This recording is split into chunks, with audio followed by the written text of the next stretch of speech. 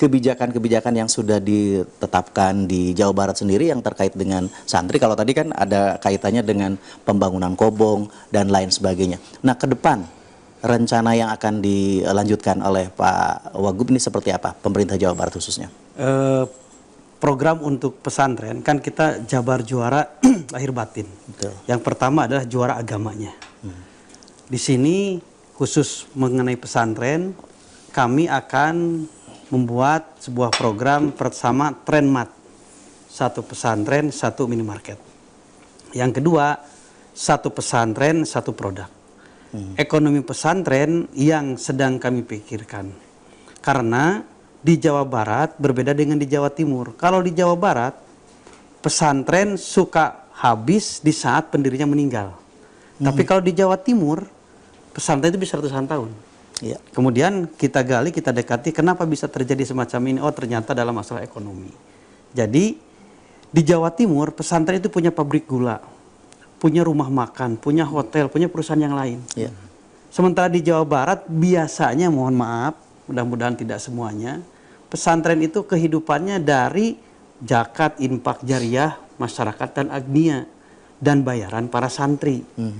Di saat kiai sepuhnya meninggal, kemudian anaknya belum menjadi tokoh, anaknya belum menjadi orang besar, yang zakat, yang jariah, yang infak, yang wakaf, jadi sedikit bahkan tidak ada.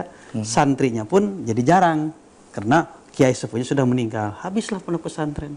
Tetapi kalau didorong dengan ekonomi yang kuat, pesantren tidak hanya mengenalkan sumbangan jariah dari agnia, maka pesantren ini akan eksis seperti halnya di Jawa Timur dan Jawa Tengah. Makanya saya mendorong dengan Kang Emil, karena Kang Emil sama-sama orang pesantren, kami juga berpikir untuk keberlangsungan pondok pesantren di Jawa Barat.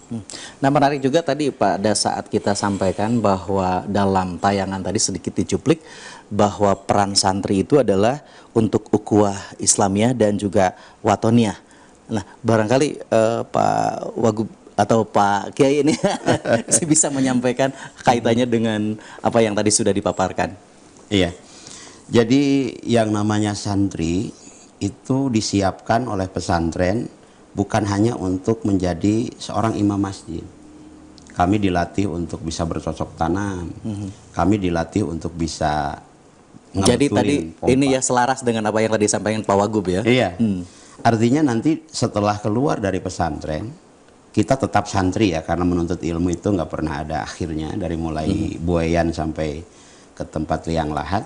Nah, setelah keluar dari pesantren, kami santri-santri itu insya Allah dengan wadifah yang Allah berikan, tirkah apapun, apakah kami jadi pemimpin pesantren lagi, apakah kami jadi pedagang, insya Allah kami bisa mewarnai berbagai segmen kehidupan. Ada di pemerintahan, ada di pengusaha dan sebagainya.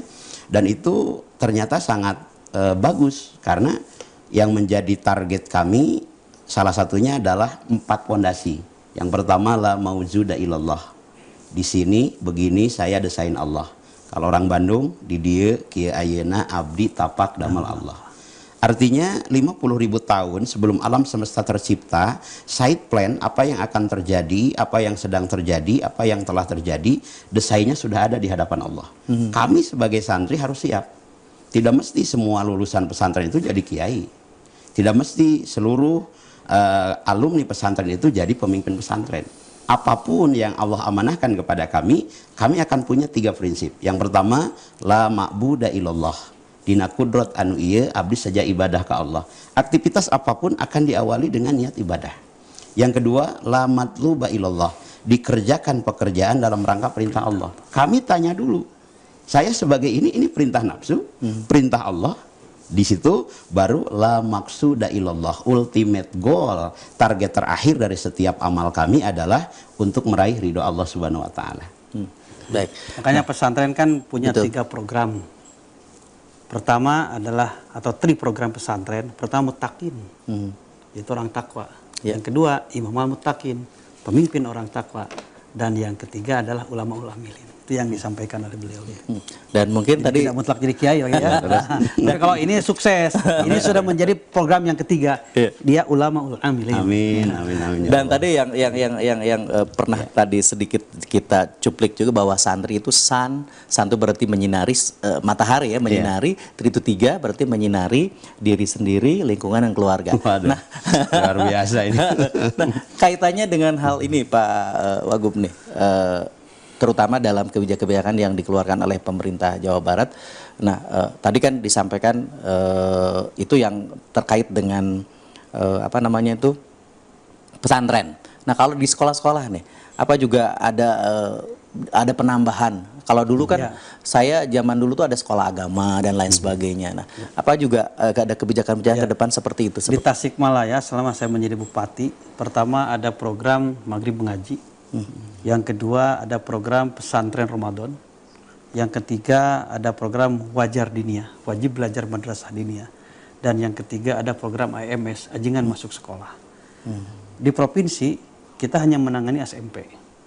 Kami sekarang sedang mensosialisasikan kepada guru-guru SMK dan SMA baru di wilayah Priangan Timur bahwa kami ini punya program untuk meningkatkan keimanan dan ketakwaan para peserta didik. Karena kan tujuan pendidikan nasional bukan hanya mencerdaskan kehidupan bangsa, yaitu ada meningkatkan keimanan dan ketakwaan peserta didik. Jadi kami ingin atau sedang mencari formulasi, ini bagaimana caranya supaya siswa SLTA di Jawa Barat ada pendidikan ukhrawinya. Ini juga perlu dijelaskan, perlu diluruskan, kan orang suka bicara pendidikan agama tanpa ilmu pengetahuan lumpuh, ilmu pengetahuan tanpa agama adalah buta. Itu kata-kata itu sekuler, harus dicoret. Tetapi yang benar pendidikan agama ada 2. Satu pendidikan agama duniawi yang hukumnya fardu kifayah. Tidak semua orang harus belajar, cukup beberapa orang asal ada yang bisa. Yang kedua adalah pendidikan ukhrawi, hukumnya fardu ain, wajib kepada setiap orang mukmin harus belajar tentang ilmu agama. Nah, saya sekarang berusaha untuk memberikan pendidikan ilmu ukhrawi kepada siswa-siswi tingkat SLTA. Cuma sekarang sedang dibahas bagaimana formulasi yang baik. Kalau kami di Tasik, AMS, Ajingan Masuk Sekolah. Jadi Ajingan bawa kitab Safinah, bawa kitab Tijan ke sekolah, ngajar Arkanul Islami, Furudul Wudu'i dari kitab kuning langsung. Nah, untuk di SLTA ini kami sedang dibahas, nanti akan adakan seminar dan lokakarya, akan diambil sebuah kesimpulan. Apakah setiap SMK harus punya asrama, kemudian ada pesantrennya, ada kiainya, kalau bahasa lain dengan boarding school itu pakai ya? Betul. Atau ajingannya yang datang ke sekolah atau bagaimana? Ini sedang mencari formulasi yang pas. Kalau sudah ada formulasi yang pas, kemudian kita buat sebuah regulasinya, kemudian kita buat payung hukumnya, baru kita dianggarkan. Dan sekarang kita sedang membahas tentang perda pesantren. Awal untuk menjadi payung hukum, kami membuat program tentang keagamaan di Jawa Barat ini.